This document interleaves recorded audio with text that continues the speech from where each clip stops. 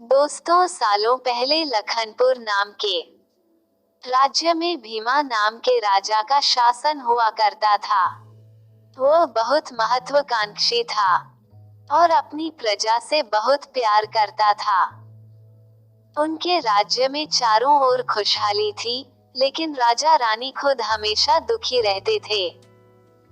उनके पास धन, दौलत, शोहरत सब कुछ था, लेकिन उनकी संतान नहीं थी। संतान पाने के लिए राजा और रानी पूजा पाठ, जप तप सब करके देख चुके थे, लेकिन कोई फायदा नहीं हुआ। एक दिन महर्षि के कहने पर राजा ने महायज्ञ कराने का फैसला किया। यज्ञ और भगवान के प्रताप से राजा को एक बहुत सुंदर कन्या की प्राप्ति हुई। राजा रानी के साथ पूरी प्रजा खुशी से झूमने लगी। राज्य में चारों तरफ खुशी का माहौल छा गया। राजा ने सारे नगर वासियों को पिता बनने की खुशी में भोज पर आमंत्रित किया। धीरे धीरे समय बीतने लगा। राजकुमारी बड़ी होने लगी। वो काफी सुंदर और गुणवान थी। राजा रानी उसे देखकर ही खुश रहने लगे। लेकिन एक दिन उनकी खुशी को मानो जैसे नजर लग गई। राजकुमारी बीमार पड़ गई। बड़े बड़े वैद्य, नीम हकीम सब इलाज में जुटे, लेकिन कोई फायदा नहीं हुआ। दिन प्रतिदिन राजकुमारी की हालत बिगड़ती जा रही थी। राजकुमारी के ऊपर कोई दवा असर नहीं कर रही थी। राजा को लगने लगा कि एक बार वे फिर निसंतान हो जाएंगे। एक दिन दूर देश से एक वैद्य राजा के महल पहुंचा। देखने में वह अजीब सा था और उसने ठीक तरह से कपड़े भी नहीं पहने हुए थे, जिस वजह से सैनिकों ने उसे राजमहल में प्रवेश करने से रोक दिया। वैद्य ने राजा से एक बार मिलने की बहुत गुजारिश करते हुए कहा कि मैं राजकुमारी को ठीक कर सकता हूँ, लेकिन किसी ने उसकी बात पर यकीन नहीं किया। सैनिक उस वैद्य को राजा के पास लेकर गए। वैद्य ने सबसे पहले राजा को अपना परिचय दिया और कहा कि मैं आपकी बेटी को ठीक कर सकता हूँ। राजा उसकी बात सुनकर प्रसन्न हुआ, लेकिन उसका रहन सहन देखकर राजा ने भी उस पर यकीन नहीं किया। उधर राजकुमारी की तबीयत दिन प्रतिदिन खराब होती जा रही थी, इसलिए राजा किसी वैद्य पर यकीन नहीं कर पा रहे थे। लेकिन उस वैद्य का आत्मविश्वास देखकर राजा ने उसे एक मौका देने का फैसला किया। राजा ने वैद्य को बोला कि अगर राजकुमारी ठीक नहीं हुई तो अंजाम भुगतने के लिए तैयार रहना। इस पर वैद्य ने बोला ठीक है, लेकिन अगर राजकुमारी ठीक हो गई तो मुझे क्या मिलेगा? राजा ने कहा जो मांगोगे मिलेगा। वैद्य राजी हो गया। राजा खुद उस वैद्य को लेकर राजकुमारी के पास गया। राजकुमारी बिस्तर पर बेजान सी लेटी हुई थी। ऐसा लग रहा था जैसे किसी ने उसका सारा नूर निकाल लिया हो। चेहरा दर्द में डूबा पीला पड़ गया था। वैद्य राजकुमारी के करीब पहुंचा और नब्ज टटोलने लगा।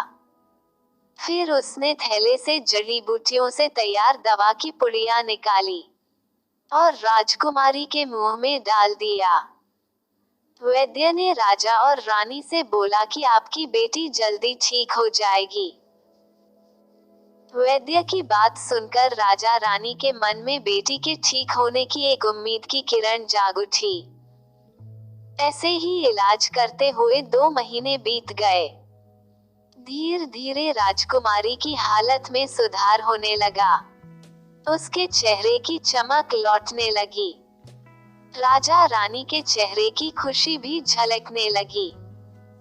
एक दिन वैद्य ने राजा से कहा, महाराज, राजकुमारी अब ठीक हो गई हैं। ये 1 महीने की पुड़िया बनाकर दे रहा हूँ। इसे समय पर राजकुमारी को देते रहना। इसके बाद राजकुमारी पूरी तरह स्वस्थ हो जाएंगी। ये बीमारी दोबारा उनके पास भी नहीं फटकेगी। अगले दिन राजा ने वैद्य को अपने पास बुलाया और कहा कि वादे के मुताबिक मैं तुम्हें तुम्हारा इनाम देना चाहता हूँ। बताओ तुम्हें क्या चाहिए।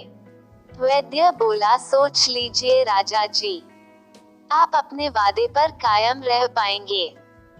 राजा ने बोला, तुमने मेरी बेटी को स्वस्थ किया है, बोलो क्या मांगते हो। वैद्य ने मुस्कुराते हुए कहा, आपकी आधा राज्य चाहिए और आपकी बेटी का हाथ चाहिए। इतना सुनते ही राजा आग बबूला हो गया। उसने कड़कते हुए कहा, तुम होश में तो हो? अगर तुमने मेरी बेटी के प्राणों की रक्षा न की होती तो तुम अब तक यमलोक पहुंच गए होते। उसने सैनिकों को आदेश दिया कि इसे राज्य से बाहर निकाल दिया जाए। वैद्य कुटिलता से मुस्कुराते हुए वहां से चला गया। इस घटना के कुछ दिन ही बीते थे कि एक दिन फिर राजकुमारी की हालत बिगड़ गई। उसकी शरीर नीला पड़ गई थी। आनन फानन में फिर से राजवैद्य को बुलाया गया। राजवैद्य ने बताया कि राजकुमारी को जहर दिया गया है। इसका तोड़ किसी के पास नहीं है। कुछ देर बाद राजकुमारी ने दम तोड़ दिया तो पूरे राज्य में मातम छा गया। राजा रानी शोक में डूब गए। छानबीन में पता चला कि वैद्य ने राजकुमारी को 1 महीने के दवा जो खाने के लिए पुड़िया दी थी, उनमें से ही एक पुड़िया में जहर था। वैद्य को पहले ही शक था कि राजा उसकी बात नहीं मानेगा, इसलिए उसने एक पुड़िया में जहर भरकर दे दिया। उसने सोचा कि अगर राजा शादी के लिए मान जाता है तो वह जहर वाली पुड़िया हटा देंगे, लेकिन अगर नहीं माना तो इसकी सजा राजकुमारी को भुगतनी होगी। वैद्य की चाल कामयाब हो गई और राजकुमारी को जहर देकर वैद्य ने मार दिया। इसीलिए दोस्तों, वैद्य, तांत्रिक और फकीर पर कभी भरोसा नहीं करना चाहिए और राजा को भी नहीं कहना चाहिए था कि मांगो क्या मांगते हो। फकीर को दान देने के चक्कर में अपना बेटी का जिंदगी खो दिया। लोभ और दान बहुत खतरनाक चीज है, इसका उपयोग नहीं करना चाहिए। हम तो ये कहानी सुनकर बहुत इमोशनल हो गए। और आप लोग को कैसा लगा हमें एक कमेंट कर दीजिए, चैनल को सब्सक्राइब कर दीजिए और खुश रहिए। धन्यवाद।